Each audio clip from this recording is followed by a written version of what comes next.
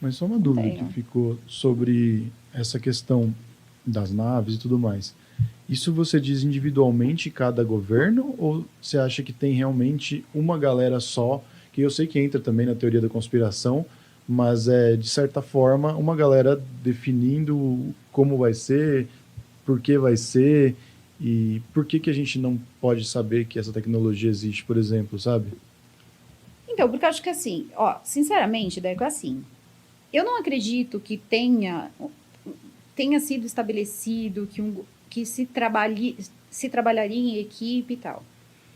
Mas com o tempo, vai precisando de uma coisa que chama espaço e dinheiro.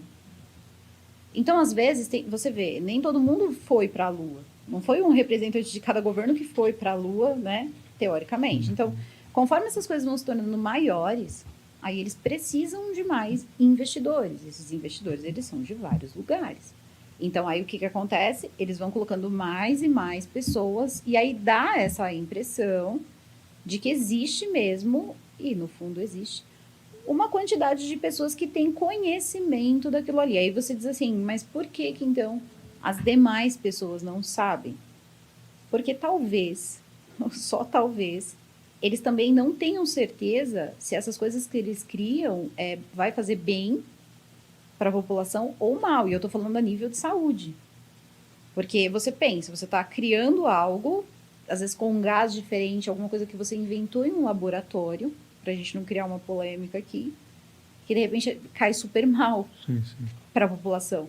E aí não se sabe o que fazer. E aí você demorou quanto? 15 anos, 20 anos investindo e criando aquilo. Só que para criar um determinado remédio para esse problema, você demora 6 meses, um ano. E aí você quer eficácia? Não tem como.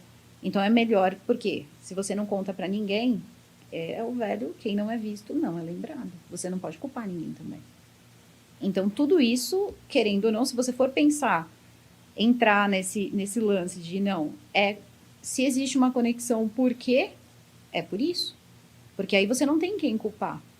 Se você tem um monte de gente que você supõe, quem supõe não tem certeza. Quem não tem certeza, uma pessoa que é apontado sem uma certeza, ele não tem o que pagar, ele não tem o que responder. Então, isso aí é uma coisa que vai, inclusive, dando para eles mais e mais espaço com o passar do tempo. E não adianta, o cara que ele tem isso, ele tem muito dinheiro. E ele quer fazer o negócio acontecer. Às vezes nem é pro mal.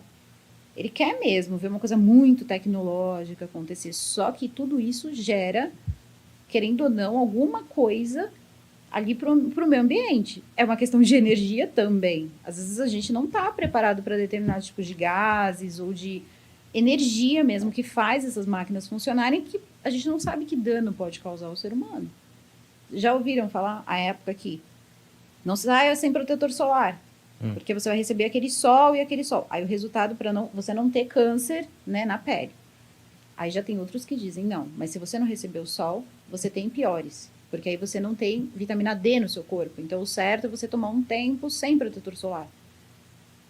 E é aquilo, aí você fica pensando, o sol mudou ou ele sempre foi o mesmo? Se sabe mais ou de repente a atmosfera mudou muito por outros motivos também. E aí teóricos da conspiração dizem diversas coisas, né? Ah, tem ondas, HAARP, é tanta coisa, assim, que eu fico doida. Ainda mais quando eu vejo que, assim, é uma coisa muito Google da vida, sabe? A pessoa joga ali um negócio, o negócio é bem mais embaixo, assim. Eu acho que são muitas coisas. É porque é muito além, assim. E não adianta você ali no Google, você não vai encontrar, amigo. O negócio é muito sério, entende? E é muito dinheiro. A gente não está falando de alguns milhões. E é São foda, né? bilhões. Você vê aquele cara lá, o Robert Bigelow, só naquele rancho, o Skinwalker lá, o cara gosta de ET, o cara quer fazer as coisas de ET, ele tem dinheiro sobrando, ele vai lá e faz de tudo. O cara fala de 20 milhões como se fosse assim, tipo, 5 contos, entendeu? Então, não dá. E aí, como é que você para? Você pega uma pessoa. Você lidando com um doido, com pouco poder aquisitivo, já é difícil. Com um que tem muito poder aquisitivo, como é que tu segura ele? E aí você vem. A gente para, né? E pensa assim: ah, será que isso existe? Não sei. Junta 15 loucos aí e me conta. 15 loucos milionários. Será que não tem? Você acha que ele vai estar preocupado? Você acha mesmo que, por exemplo, esses caras eles vão adquirir alguma doença?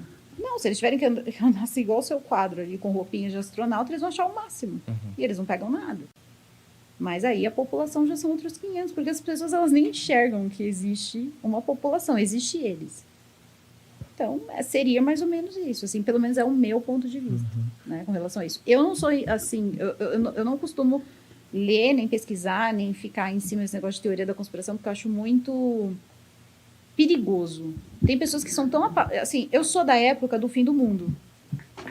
O mundo ia acabar em 2000, aí depois o mundo ia acabar em 2012, depois, era tanto fim de mundo que, sinceramente, teve uma hora que eu falei, que acabe logo, porque eu não aguento mais passar susto. Então, é a mesma coisa, sabe? A gente vai vendo tanta coisa acontecendo, o mundo vai acabar, e entrava naquela histeria total coletiva. Aí eu lembro que quando caíram as Torres Gêmeas, eu vi um cientista que ele tinha feito um estudo sobre as ondas que nós emitimos quando acontece uma tragédia mundial, por exemplo. E aí depois a gente vai fazendo certas conexões e aí você vai entendendo também por que se anuncia tanto esse fim de mundo. Quando você está naquela vibração forte, existem uns dados que são... Tem um computador que mede aquilo. Inclusive, eles chegaram numa certa pontuação quando aconteceu lá o desastre das Torres Gêmeas, e eles puderam ver que estava todo mundo assim totalmente ligado, e é como se você tivesse de fato lá. Existe algo matemático que mede isso. Então, esses testes também, o mundo vai acabar, isso também não deixa de ser um teste. E tem pessoas que não aguentam, tem pessoas que se matam. Tem pessoas que vão esperar os ET, tipo, vir buscar. Então, tem de tudo. Então, você pensa que conforme o tempo vai passando, e vem uma data limite.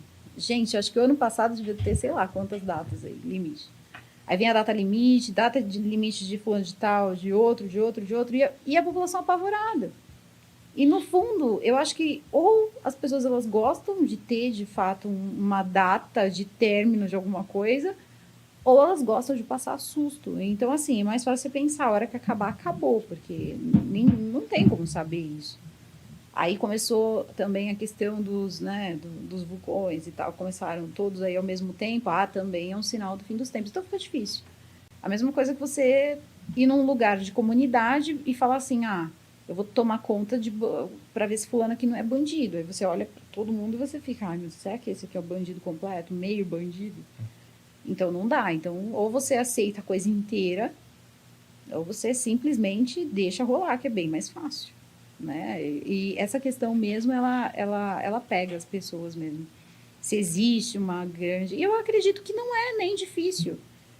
E essa questão também do que passamos hoje, eu sei que existe aquela coisa bem otimista, isso vai tudo melhorar, vai melhorar, mas ela melhora, mas ela também se transforma. É muita ilusão pensar que se existisse uma guerra hoje, teriam armas, alguém ia gastar com arma, destruição. Não ia.